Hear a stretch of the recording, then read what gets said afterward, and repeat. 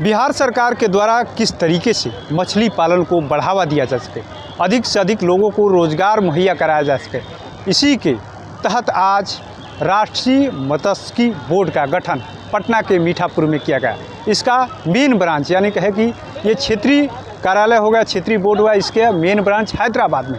पहले जो मछली पालन से लोग जुड़े हुए थे उनको हैदराबाद जाना पड़ता था, लेकिन अब लोगों को पटना में ही इसकी ट्रेनिंग मिलेगी, जानकारी मिलेगी। साथ ही साथ सम्राट चौधरी ने एक बड़ी घोषणा किया है। उन्होंने सीधे तौर पे कहा है पटना के अलावा बिहार में क्या कुछ है, पर्यटन के क्षेत्र में क्या कुछ है, वो छुपा हुआ है। बिहार के लोगों को दिखाने की पहल शुरू करने जा रहे हैं। 15 जुलाई से ये शुरुआत होने जा रही है। यानी जो भी पर्यटन स्थल है पटना में 2100 रुपये में हेलीकॉप्टर से दिखाए जाएंगे। साथ ही साथ पूरे बिहार में 6000 रुपये में। क्या कुछ कह रहे हैं सम्राट चौधरी, सीधे आपको सुना रहे हैं। एक व्यवस्था खड़ा करना है जहां दूध भी मिले, सब्जी भी मिले और मछली भी मिले, जिससे कि ग्रामीण इलाके में जो हाट का कंसेप्ट है उसको हम सीधे उद्योग के तौर पर खड़ा कर पाए। राज्य सरकार इसके लिए जो अभी भारत सरकार की व्यवस्था है उसमें लोन भी लेंगे हम, और अलग से भी लोन लेने की जरूरत पड़े तो इसको हम करें, क्योंकि आम लोगों को इससे जोड़ना है। हमारे जो गरीब किसान हैं मछली पालन के क्षेत्र में, उसको इससे जोड़ने की जरूरत है। और कोऑपरेटिव डिपार्टमेंट के माननीय मंत्री यहां बैठे हैं, इनकी भी चिंता रहती है कि कैसे फिशरी के क्षेत्र में ग्रामीण इलाके में लोग इससे एम्पावर्ड हो। तो मैंने कहा है कि एक टारगेट फिक्स कीजिए। ये जो गांव में जो प्रखंड में सोसाइटी है, इसको प्रत्येक तालाब पे टारगेट दीजिए कि आज यदि इसने 2 मैट्रिक टन मछली उत्पादन किया, उसमें 10% वैल्यू ऐड कीजिए, 10% अधिक मछली उत्पादन करना होगा।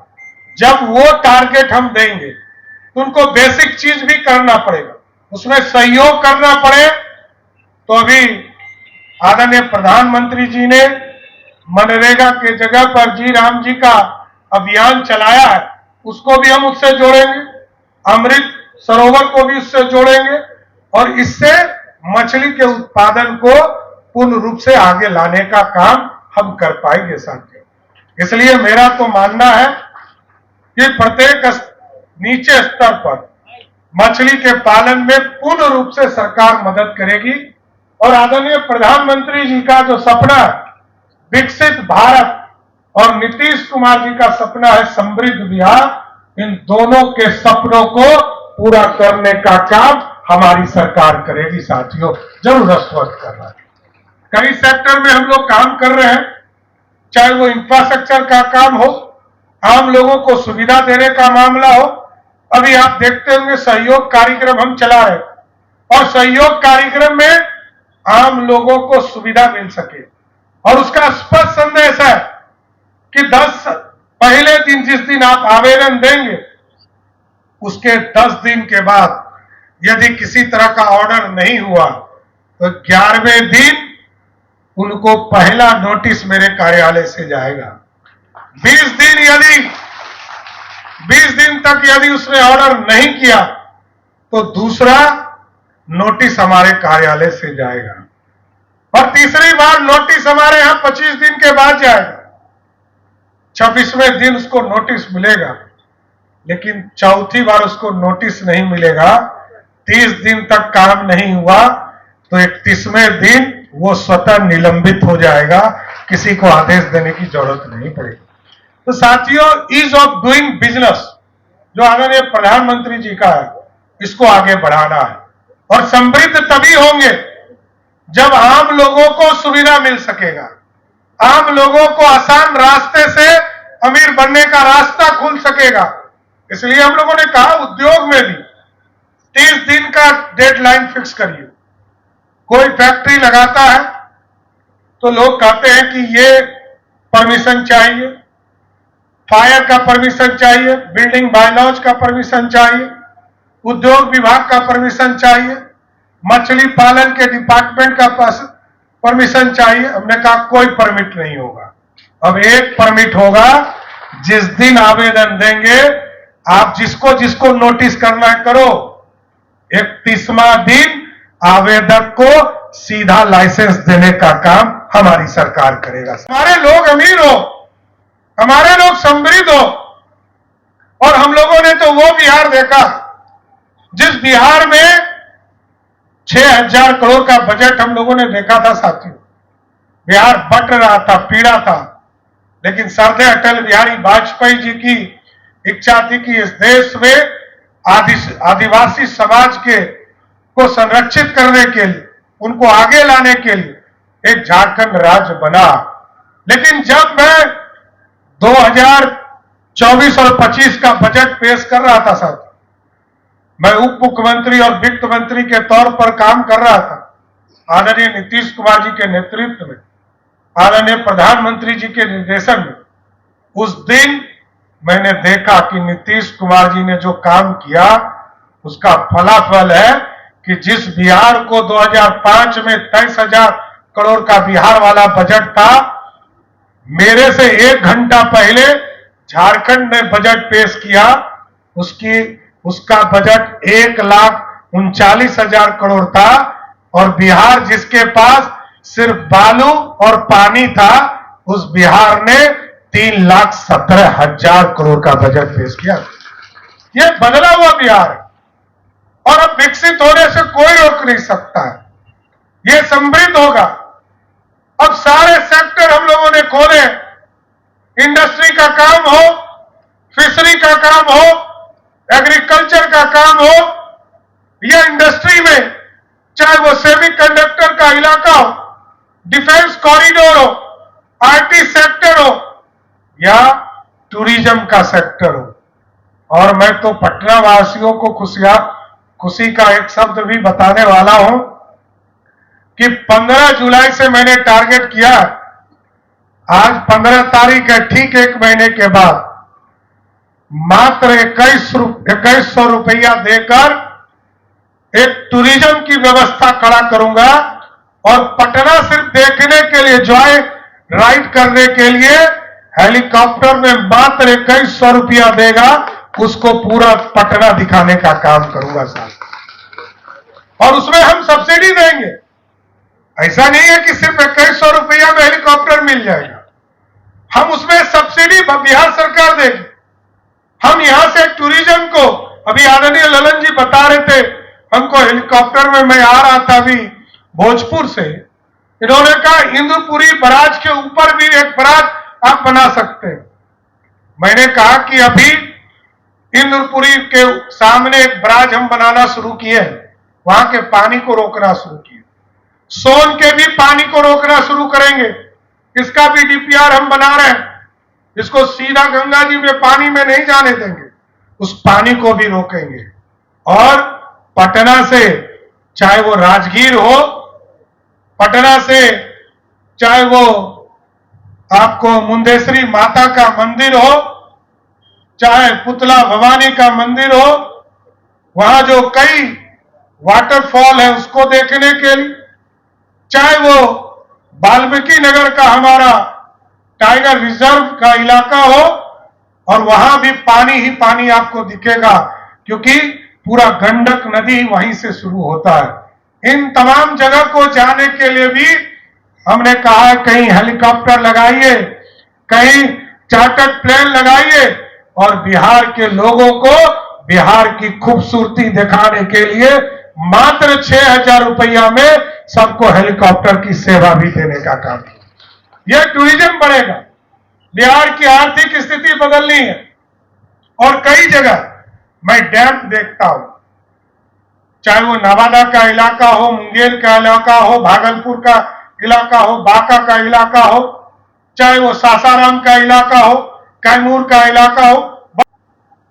मैं सर्वप्रथम गया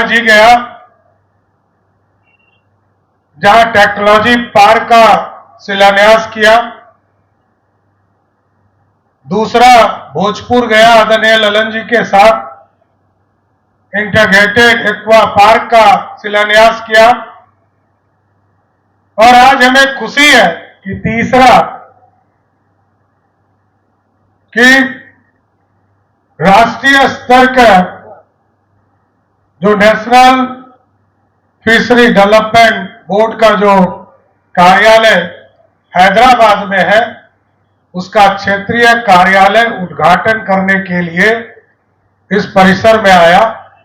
आदरणीय प्रधानमंत्री नरेंद्र मोदी जी को मैं विशेष तौर पर बधाई और धन्यवाद देता हूं बिहार की जनता की ओर से। साथ आदरणीय ललन बाबू को भी धन्यवाद देता हूं, क्योंकि भारत सरकार में मंत्री के रूप में बिहार की आवाज बनकर वहां काम कर रहे हैं, जिससे कि बिहार के उचित हिस्से को लगातार बिहार को मिलता रहे, इसकी भी चिंता कर रहे हैं। और उन्होंने स्वयं बताया कि जब आदरणीय मुख्यमंत्री नीतीश कुमार जी हुआ करते थे, तो कभी नीली क्रांति के माध्यम से, कभी कृषि क्रांति के तौर पर, कभी सफेद क्रांति के तौर पर लगातार कृषि रोड मैप हो, इन तमाम चीजों पर वो लगातार काम करते रहे। साथियों, मैं नीतीश जी को भी विशेष तौर पर धन्यवाद देता हूं कि यह जमीन उपलब्ध कराकर विशेष तौर पर पशुपालन के विकास की चिंता किया, मत्स्य पालन की चिंता किया, और बिहार में इसको एक तरह से उद्योग का दर्जा मिल सके, इसकी भी चिंता किया। और आज जो अभी आदरणीय ललन जी ने चर्चा किया कि जिस बिहार में मछली खाने के लिए नहीं मिलता था, वहां आज मछली लगभग 95% बिहार के हमारे मछुआरा भाई जो किसान इससे जुड़े हैं, उनके माध्यम से में उपलब्ध होता है। और मात्र 5% का डेफिसिट अब रह गया। लेकिन ललन जी ने ठीक कहा, हमको दुनिया के मार्केट के लिए खड़ा होना चाहिए, और दुनिया के साथ साथ ये जो बगल में दो राज्य है, एक राज्य और एक देश, बगल में झारखंड है, जहां मछली पालन करना ही अपने आप में कठिन होगा, उस राज्य को हम मछली उपलब्ध करा सकते हैं। साथ ही साथ जो नेपाल है, क्योंकि वहां चाइनीज फूड ज्यादा लोग खाते हैं, तो बिना कांटा वाला मछली हमको उत्पादन कराना पड़ेगा। और दुनिया के भी मार्केट में बिना कांटा का कोई मछली मिल जाए तो दुनिया के लोग उसको ग्रहण करने का काम करते हैं। लेकिन हम लोगों के यहां रेहू, कतला जो पुरानी पद्धति है, उस पर पूरा जीवन हम लोगों ने उसी के सेवन करने का काम बिहार के लोगों ने किया। और बिहार धीरे धीरे मछली के क्षेत्र में आत्मनिर्भर बना है। अभी ठीक कहा आदरणीय मंत्री जी ने कि हम लोगों ने तय किया है कि बिहार के प्रत्येक पंचायत में नीचे मछली पालन होगा, ऊपर सोलर से हम बिजली उत्पादन करने का काम करेंगे साथियों। इसलिए ये बिहार बदलेगा। और ललन जी से मैं आग्रह तो मैंने नहीं किया, इन्होंने स्वयं कहा कि आप जो लोन लेना चाहते हैं 8% 9% पर, भारत सरकार के साथ आप ज्वाइंट वेंचर करिए, अपने ऑफिसर को मेरे ऑफिसर के साथ लगाइए, हम तो सस्ता से सस्ता लोन देकर बिहार में मछली के क्षेत्र में क्रांति लाने का सहयोग करेंगे। इसलिए मैं फिर से आदरणीय प्रधानमंत्री जी को विशेष तौर पर बधाई देता हूं कि आज जो NFDB का जो कार्यालय, क्षेत्रीय कार्यालय हमारा खुला, आदरणीय ललन जी को मैं विशेष तौर पर धन्यवाद देते हुए कि बिहार के लोग और पूरी बिहार की जनता इस कार्यालय का लाभ लेकर बिहार में जो नीली क्रांति है, इसमें क्रांति ही बचाने का काम बिहार की जनता करेगी। इसके साथ मैं फिर से धन्यवाद देते हुए अपनी बातों को विराम देता हूं। बहुत बहुत धन्यवाद। तो आपने सुना किस तरीके से सम्राट चौधरी ने बड़ी घोषणा किया।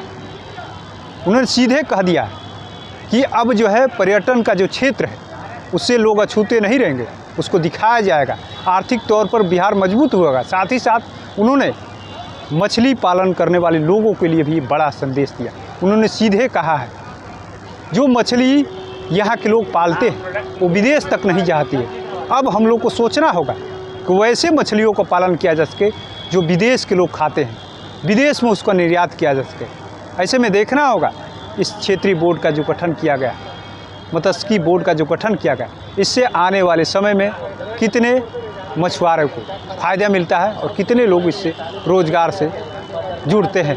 अपने सहयोगी गोलू के साथ कृपा शंकर, NBC 24 पटना।